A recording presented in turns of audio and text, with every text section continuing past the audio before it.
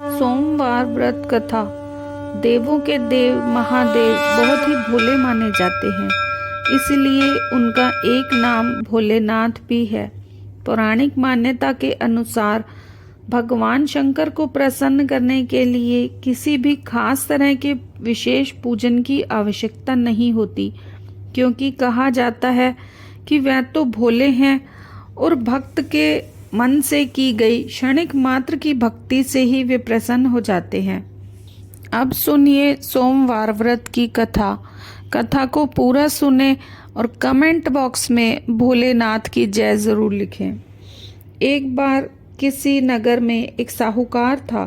उसके घर में धन की कोई कमी नहीं थी, लेकिन कोई संतान ना होने के कारण वे बहुत दुखी था। संतान प्राप्ति के लिए हर सोमवार को व्रत रखता और पूरी श्रद्धा के साथ शिव मंदिर जाकर भगवान शिव और माता पार्वती की पूजा करता। उसकी भक्ति देख एक दिन माँ पार्वती प्रसन्न होकर भगवान शिव से साहूकार की मनोकामना पूर्ण करने का निवेदन किया।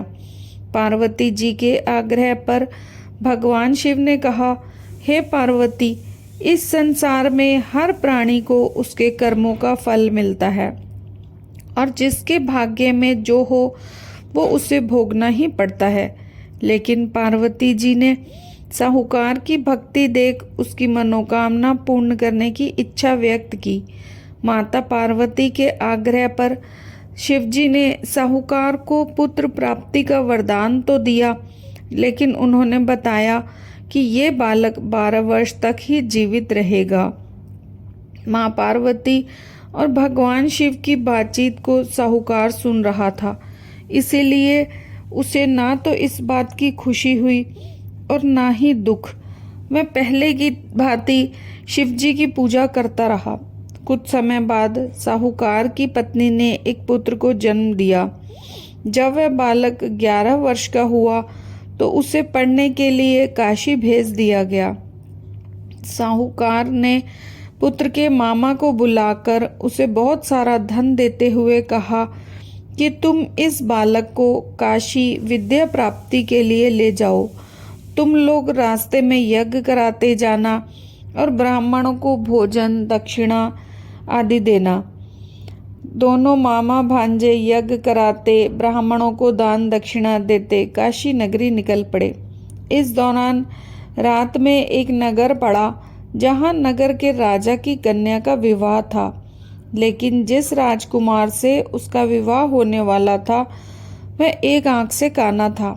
राजकुमार के पिता ने अपने पुत्र के काना होने की बात को छुपाने के लिए सोचा, क्यों न साहूकार के पुत्र को दूल्हा बनाकर राजकुमारी से उसका विवाह करा दूं। विवाह के बाद इसको धन देकर विदा कर दूंगा और राजकुमारी को अपने नगर ले जाऊंगा। लड़के को दूल्हे के वस्त्र पहनाकर राजकुमारी से उसका विवाह करा दिया गया। साहूकार का पुत्र ईमानदार था, उसे ये बात सही नहीं लगी, इसीलिए उसने अवसर पाकर राजकुमारी के दुपट्टे पर लिख दिया कि तुम्हारा विवाह तो मेरे साथ हुआ है, लेकिन जिस राजकुमार के संग तुम्हें भेजा जाएगा वह एक आंख से काना है और मैं तो काशी पढ़ने जा रहा हूँ। जब राजकुमारी ने चुन्नी पर लिखी बातें पढ़ी तो उसे अपने माता पिता को ये बात बताई। राजा ने अपनी पुत्री को विदा नहीं किया, फिर बारात वापस चली गई।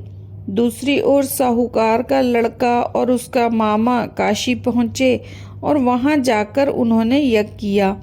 जिस दिन लड़का 12 साल का हुआ उस दिन भी यज्ञ का आयोजन था। लड़के ने अपने मामा से कहा कि मेरी तबीयत कुछ ठीक नहीं है। मामा ने कहा कि तुम अंदर जाकर आराम कर लो। शिवजी के वरदान अनुसार कुछ ही देर में उस बालक के प्राण निकल गए। मृत भांजे को देख मामा ने विलाप करना शुरू किया। संयोगवश उसी समय शिवजी और माता पार्वती उधर से जा रहे थे। पार्वती माता ने भोलेनाथ से कहा, स्वामी, मुझे इसके रोने का स्वर सहन नहीं हो रहा। आप इस व्यक्ति के कष्ट को अवश्य दूर करें। तब शिवजी मृत बालक के समीप गए तो बोले कि ये तो उसी साहूकार का पुत्र है जिसे मैंने 12 वर्ष की आयु का वरदान दिया था। अब इसकी आयु पूरी हो चुकी है। लेकिन मातृ भाव से विभोर माता पार्वती ने कहा कि हे महादेव, आप इस बालक को और आयु देने की कृपा करें, अन्यथा इसके वियोग में इसके माता पिता भी तड़प तड़प कर मर जाएंगे।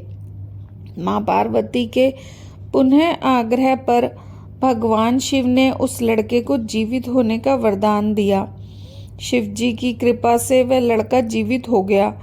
शिक्षा पूरी करके लड़का मामा के साथ अपने नगर की ओर चल दिया। दोनों चलते हुए उसी नगर में पहुँचे जहाँ उसका विवाह हुआ था। उस समय नगर में यज्ञ का आयोजन किया।